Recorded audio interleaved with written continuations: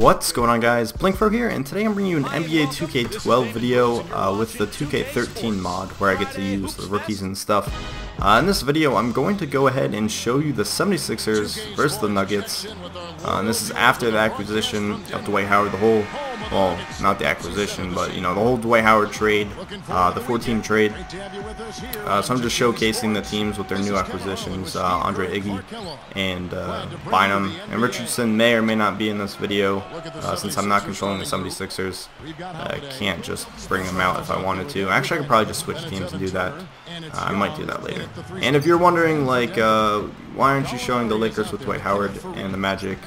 I've already shown the Lakers, but if you stick to the end of the video, I will probably go ahead and just show you a little clip, like maybe a 30-second or to a minute clip at the end of the Lakers and the Magic, with I guess their projected starting lineup and their new players on their trade.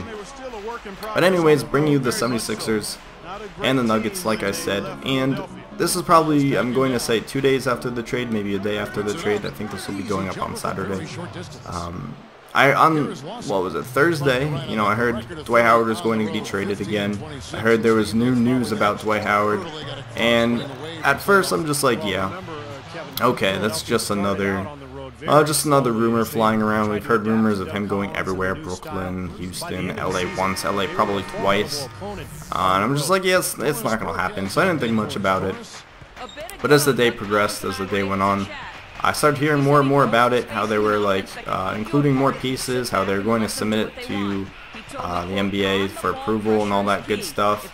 And then I was like, wow, this trade actually might happen. And then before I went to sleep that night, I heard it was official, and the only pieces I heard was Andre Iggy, Bynum, Jason Richardson, Aflalo, Harrington, Vucevic, I don't know how to say his name, and I think Christian Iyenga.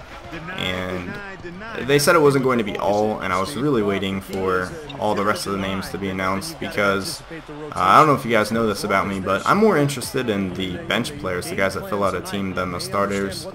Yeah, the Bynum, you know, Dwight Howard, Andre Iggy thing interests me a lot, but I always wait to see until like all the role players, all the other guys in the trade, because I don't know, it's just really interesting, and a lot of my favorite players are just role players, guys coming off the bench.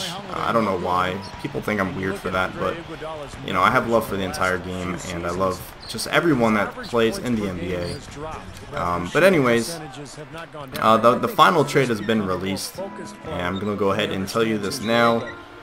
The Lakers get Dwight Howard, Earl Clark, and Chris Duhon, all from the Magic. The Nuggets only get Andre Iguodala. 76ers got Andrew Bynum and Jason Richardson. And the Magic, I'm not going to say what picks the Magic got, because I'm not sure. I'm going to say it's about 3 first-round draft picks, which sucks because they would have gotten a better deal from the Rockets or the Brooklyn Nets, but I'm not going to get into that. I'm just going to purely talk about this trade, not saying whether it was good or not, and if they should have taken another trade. But the Magic get Aaron Aflalo, Al Harrington, Vucevic, I forget how to say his name, Maurice Harkless, Josh McRoberts, and Christian Iyenga, and then, like I said, a couple draft picks. So, it's, in my opinion, I think that the team that got the best deal out of this, we'll break it down this way. So the Lakers, they traded Josh McRoberts, Christian Iyenga, and Andrew Bynum, and in return they get Dwight Howard, Earl Clark, and Chris Duhon. For the Lakers, I'm going to say, because we don't know where Dwight Howard is at currently with his injury, I'm going to say that was a decent trade for the Lakers. They didn't upgrade too much, because Andrew Bynum is arguably the second or third best center in the NBA. Just off the top of my head, and you know, they obviously upgraded to the best in his prime.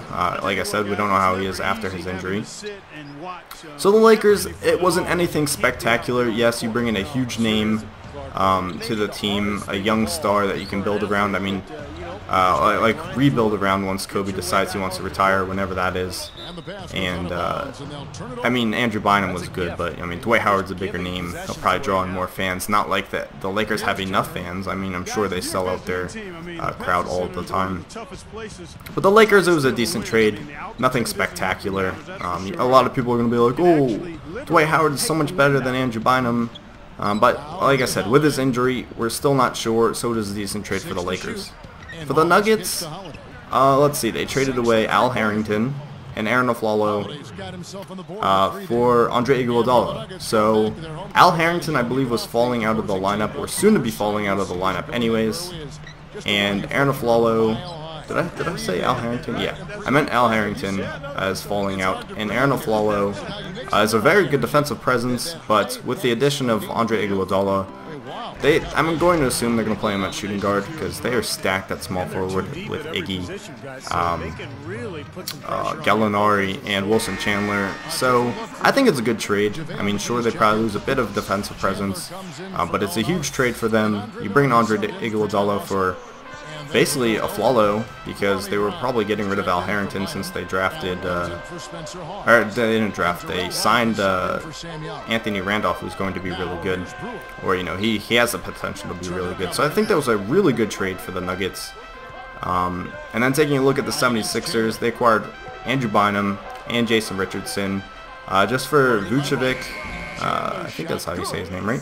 Vucevic, Maurice Harkless, and I think that's it, right? Maurice Harkless and Vucevic for Andrew Bynum and Jason Richardson. Oh yeah, Andre Iggy, obviously.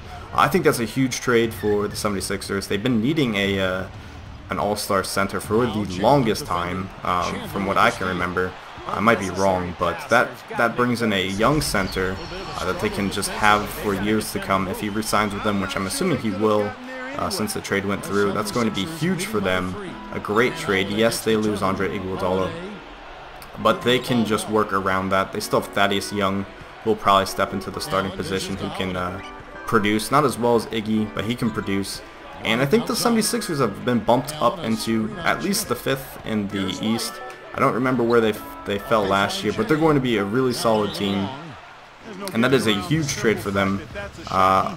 It's between the Nuggets and the 76ers that I think got the best trade.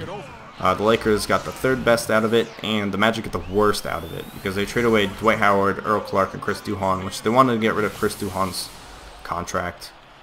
And they get Aaron Aflalo, Al Harrington, Vucevic, Mo Harkless, Maurice Harkless, Josh McRoberts, and Christian Iyenga. Just I don't like the trade. They had so many better offers with the Nets and with the Rockets, and I think even the original Lakers offer with the Cavaliers, they would have gotten so much better out of that. But they do get closure. They get Dwight Howard out, and I really like the Nuggets and 76ers part of this, even though they're not the headline names. The headline names are the Magic and the Lakers. I do like their trades more than the other two teams. It's just going to be a really great season, and I think that's going to wrap up this video. I'll show you guys the clip at the very end, but I hope you guys enjoyed this video, and as always, thanks for watching, and tune in next time. And looking at the Orlando Magic, Jameer Nelson is out there with a follow. What a tremendous talent, getting ready for his first NBA appearance. Then it's Hedo Turkoglu, and it's Davis in at the power forward. Dan, one of the things you like about the Lakers, their ability to go out on the road and win. In fact, last season, they were 27-14 away from Staples Center. And the Lakers, Clark, a smart veteran team, we know that. How much of an asset is that to winning on the road? You can't overstate it. I mean, it's really huge, Kevin. Keeping your composure, staying focused, understanding what's coming and what you need to do to seize games on the road. Some folks call it that killer instinct. And those are the things you have to be able to do. And the Lakers, quite honestly, a terrific example of all.